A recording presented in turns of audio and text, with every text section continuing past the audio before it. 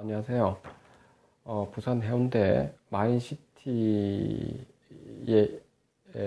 있는 마린파크 상가의 관리단의 총무입니다. 오늘은 여러분들께 되도록이면 법적인 부분이 안 들어갔으면 좋겠는데 아니면 법적인 상황이 좀 벌어지게 될 때 어떤 식으로 여러분들께서 이렇게 법률적인 사항들을 잘 이렇게 마무리를 지어야 될까라고 하는 부분에 대해서 좀 말씀을 좀 드릴까 합니다. 물론 여러분들이 그 법률적인 부분에 대해서 전문적인 자문이나 또는 소송을 할 때는 변호사와 같이 진행을 하셔야 됩니다. 그러면 우선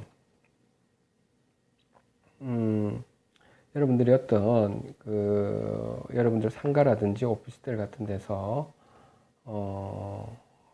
하자 보수뿐만 아니고 각종 공용 시설 부분에 어떤 분쟁이라든지 아니면 관리비 관련된 어떤 분쟁도 마찬가지일 거고 이런 여러 가지에 대한 여러분들께서 분쟁이 일어났다고 해봅시다. 이런 분쟁이 일어났다면 그걸 어떻게 여러분들이 절차에 맞춰서 해결을 하느냐라고 하는 겁니다. 해결을 하는 여러분들이 첫 번째는 법률적인 사실, 팩트를 살펴보는 겁니다. 제가 이렇게 수학하고 과학 쪽에 제가 이쪽에 가르치다 보니까 학생들을, 그리고 그쪽도 전공이다 보니까 그렇게 제가 설명을 좀 해드릴까 합니다. 그 부분 양해를 좀 부탁드리겠습니다. 수학에서 보면 여러분들 집합이라고 하는 부분이 있습니다. 집합. 그래서 법률 사실이라는 거, 팩트라고 하는 우리는 집합이 있다고 하죠. 요 집합 안에 보면 법률 사실들은 여러 가지가 있게 됩니다. 그래서 어떤 분쟁이 일어났으면 거기에 대한 어떤 법률적인 사실들, 그냥 법률적인 사실이라기보다는 여러분들이 알고 있는 여러 가지 상황에 맞는 어떤 파손이 일어났다, 또는 누군가와 왜 고성으로 오가고 했던 것들, 여러 가지들이 하나의 법률 사실이 되겠습니다. 그래서 그 사실들 있죠. 그 사실들, 법률 사실들 하나의 집합을 한다면 그 사실들 알파1, 알파2 이런 것들이 있겠죠. 또는 의사 표시를 했다든지 이런 여러 가지들. 그러니까 그런 어떤 부분들을 제가 알파1, 알파2 이런 식으로 해서 알파N이라고 하겠습니다.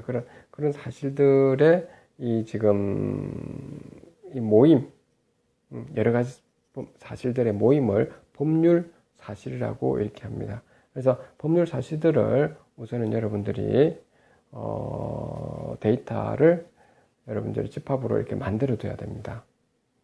자, 그리고 난 다음에 이러한 법률 사실들 있죠. 이 법률 사실들에서 어떤 알파1이라는 사실이 있다면 그 알파1 그 사실이 과연 어떤 단독 행위로서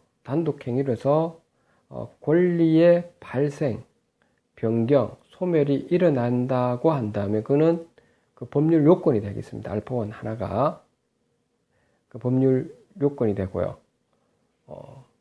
또는 알파1이라는 사실과 알파2라는 이러한 사실 두 개가 모여서 어떤 법률, 요 두 개가 모여서 어떤 권리를 발생시키거나 변경, 소멸시킨 다음에 요 두 개가 법률 요건이 되겠습니다. 좀 말이 좀 어렵죠.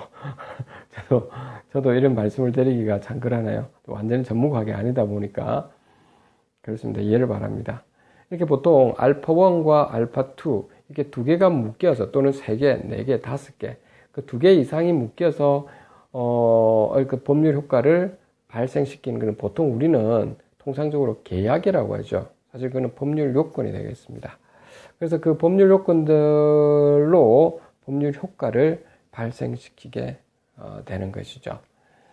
자, 그래서 제가 말씀드리고 싶은 부분은 제일 첫 번째 봐야 될 부분은 여러분들 법률적인 사실들을 모으도록 해라. 데이터들을 모으도록 해라 라고 하는 부분이고요.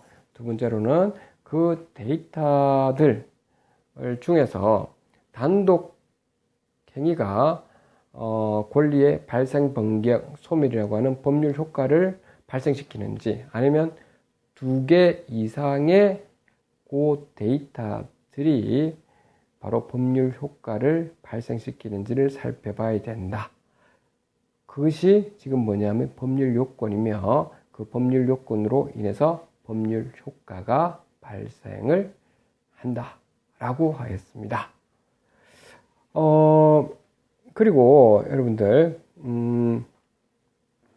또 여러분들 법률 사실들을 또다시 한번 우리가 지금 분류를 좀 해본다면은 크게 두 가지로 한번 제가 볼게요.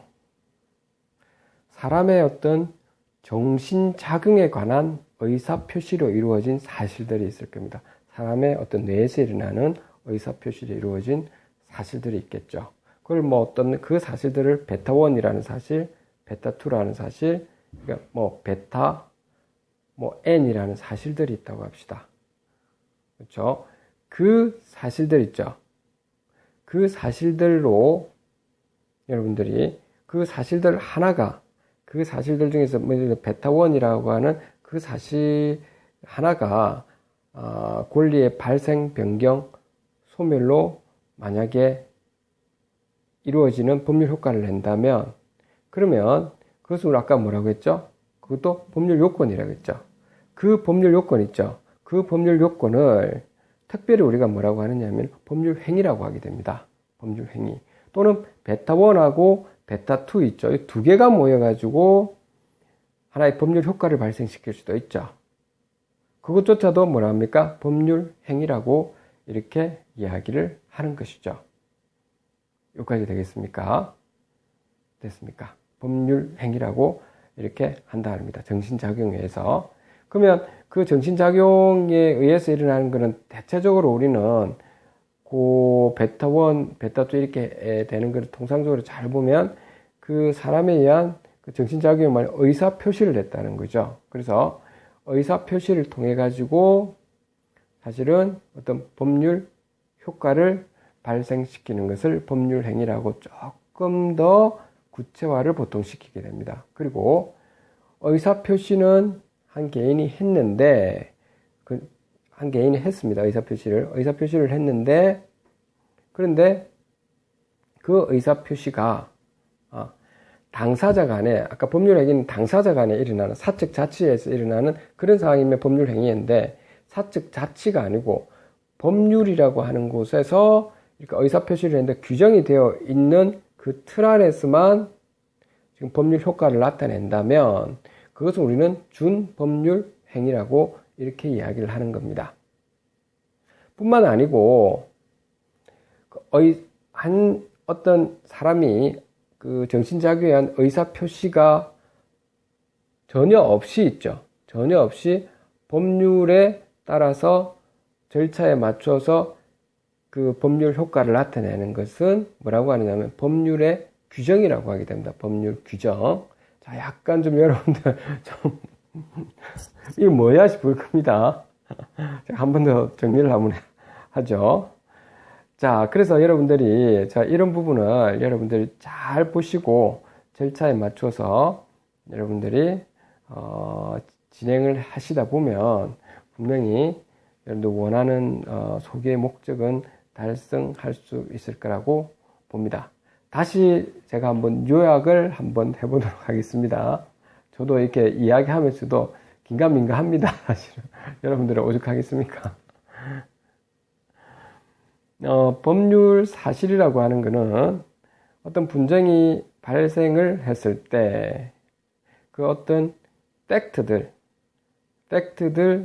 하나들 있죠. 하나 팩트들 하나들의 모임을 우리는 법률 사실이라고 한다 라고 했고 그 법률 사실들 중에서 어떤 하나의 원소, 하나의 어떤 사실 하나를 집어서 그것이 권리 발생, 변경, 소멸로 이루어질 수도 있다는 거죠. 그 단독 행위로 이루어질 수도 있는데 그 하나로 이루어지는 단독 행위도 하나의 법률 요건의 하나의 원소가 될 수가 있다는 겁니다. 또는 어떤 사실들 2개 이상이 모여가지고 어떤 권리 발생, 변경, 소멸이라고 하는 법률 효과를 나타낼 수도 있는데 그 2개 이상이 모인 것을 우리 계약이라고 보통 통상적으로 하는데 그것도 법률 요건에 우리가 원소가 될 수가 있다라고 하는 겁니다.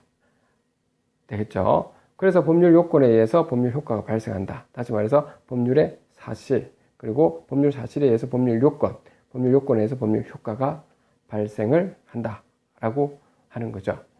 그리고 그 법률 요건에서는 또 크게 3가지로 우리가 지금 나누게 되는데 첫 번째로는 법률 행위와 행위, 두 번째로는 준법률 행위, 세 번째로는 법률 규정이 있다라고 했고 그것을 나누는 기준은 뭐냐면 사람의 정신작용에 관한 의사표시에 의해서 나누게 되는데 사람의 의사표시에 의해서 당사자 간 사적 자치에 의해서 이루어지는 이러한 법률 효과가 이루어지는 그러한 법률 요건 있죠.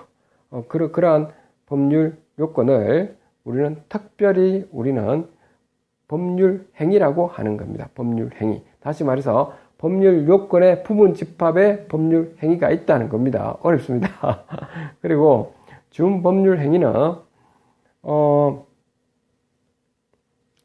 사람의 정신작용에 의한 의사표시를 했는데 그 의사표시를 한 것이 어떤 법률에 따라 법률의 사적 자치가 아닌 어떤 법률의 규정에 의해서 법률의 강행 규정이나 이 법률에 따라서 절차에 맞춰서 해야 될 이러한 상황이었다고 하겠습니다. 그러한 상황이었다면 그렇다면 우리는 준법률 행위라고 하고 그것도 법률 요건의 하나의 부분 집합이 된다라고 하는 겁니다. 그리고 어떤 의사 표시와 전혀 관련 없이 있죠. 전혀 관련 없이 법률에 의해서만 이루어져야 될 상황이라고 한다면 법률의 규정이라고 하게 되는데 이것도 법률 요건의 부분 집합이다 라고 하는 겁니다. 최종적으로 이러한 3가지의 법률 행위, 준법률 행위, 법률 규정이라고 하는 부분 집합들로 이루어진 이 모임 있죠. 이 모임이 우리가 법률 요건이 되며 이 법률 요건에 의해서 법률 효과가 발생한다 라고 하는 것입니다. 자, 여러분, 그 부분은 여러분들께서 우리 앞으로 그 집합건물과 관련된 분쟁 사건이 일어날 때 그 약간 좀 추상적이긴 하지만 사건 사고를 발생했을 때 어떻게 카테고리에 맞춰서 또는 절차에 맞춰서 마무리를 잘 짓는가라고 하는 데에 어떤 뇌에 있어서의 그 체계화 잡는 데 가장 핵심이 된다고 말씀드리고 싶습니다. 여러분들께서 거기에 맞춰서 여러 분쟁을 잘 해결하였으면 좋겠습니다. 오늘은 여기까지 하도록 하겠습니다. 감사합니다.